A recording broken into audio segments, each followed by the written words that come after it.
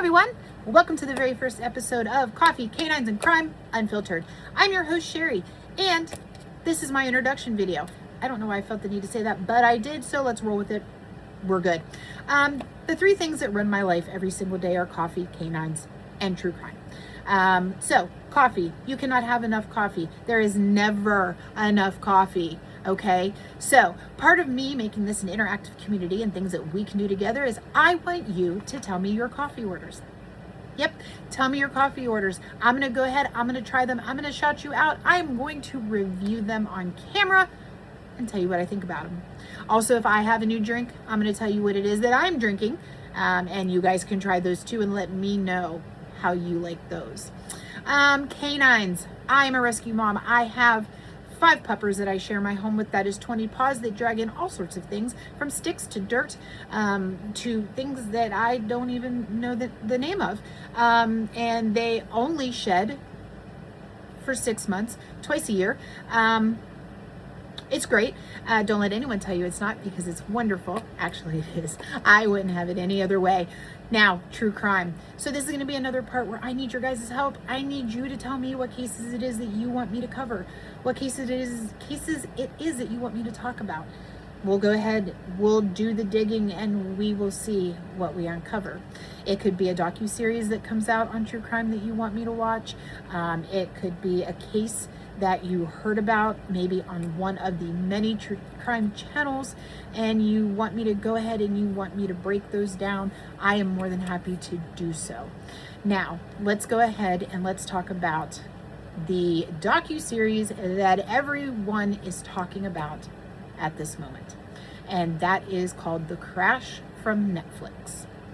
So let me start this off by saying a little bit of a backstory. Mackenzie Shirilla was a 19-year-old who drove her car at 100 miles an hour, hitting a sign and then a building, and killed her 2 occupants of her car, Dominic Russo and Davion Flanagan.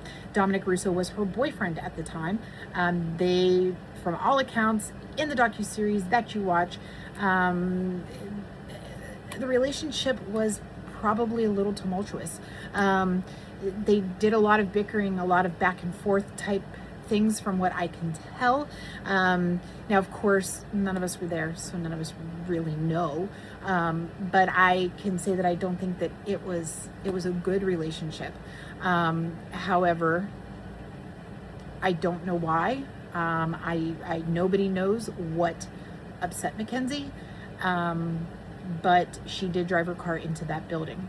She was charged with murder. She was convicted. And I think she's where she belongs. So let me tell you some things that I noticed. Number one, she made the turn onto that street perfectly. There was no substances in her body on toxicology. She did have some THC, but it wasn't high enough where they think that it was a player at the time. However, she drove her car at 100 miles an hour into a building. She never braked. That is a calculation that I don't know how anybody does that. You would think that self-preservation would kick in, and your need to want to protect yourself would kick in, but it didn't.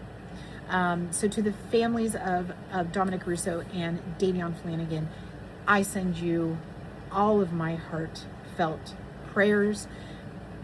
This is a horrific tragedy, and it was at none other than the hands of Mackenzie Shirilla. Now, I have caught some other interviews with multiple people in the YouTube universe.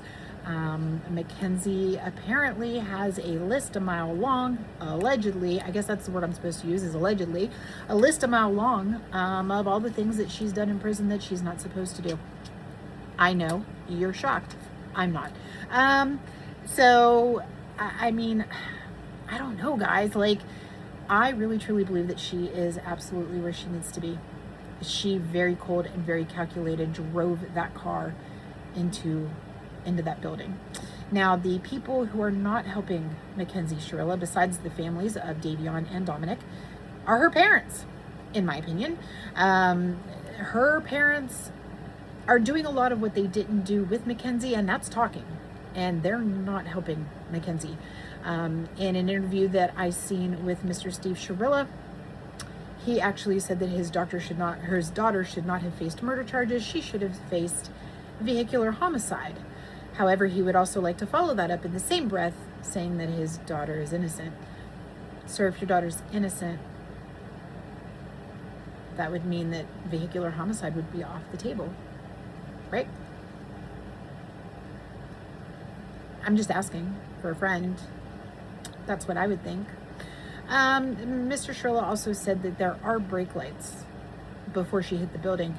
I have watched, in horror, but I have watched that car plow into that sign in that building from multiple angles, multiple ways, and I did not see brake lights. Did you see brake lights? I did not. I think Mackenzie Shirla is exactly where she should be, and that is the Ohio Reformatory for Women. She was sentenced to 15 years to life, and after 15 years, she is eligible for parole. But if she keeps at the current rate that she's going, she's not going to see parole. Which, honestly, keep doing what you're doing, Mackenzie. You're nailing it. We all would be very happy with you staying behind bars for much longer than 15 years, because you deserve way more than 15 years. But that is what the state of Ohio gave her. So again, that is the big sister Unhinged. That is Christine Russo, who is Dominic Russo's big sister. She actually goes over a bunch of rumors and things that are said about her brother, and it's interesting, y'all. It's interesting. Go follow her, give her those likes, and tell me what you guys think. Do you think she's where she should be? I do. So now I am going to discuss another quick case. This case is currently just breaking. It is local-ish to me. It's out of High Point, North Carolina, and it is where a gentleman by the name of Xavier Martin kicked at a loose dog who was owned by David Scarborough. Now, where this case gets a little crazy to me is Mr. Martin drove himself to the hospital where he was unable to communicate with emergency personnel, and he later succumbed to his injuries. Mr. David Scarborough was indeed arrested on second-degree murder for stabbing Mr. Xavier Martin, and he was arrested without incident. But where this kind of takes a turn is that this is his third murder charge. Third.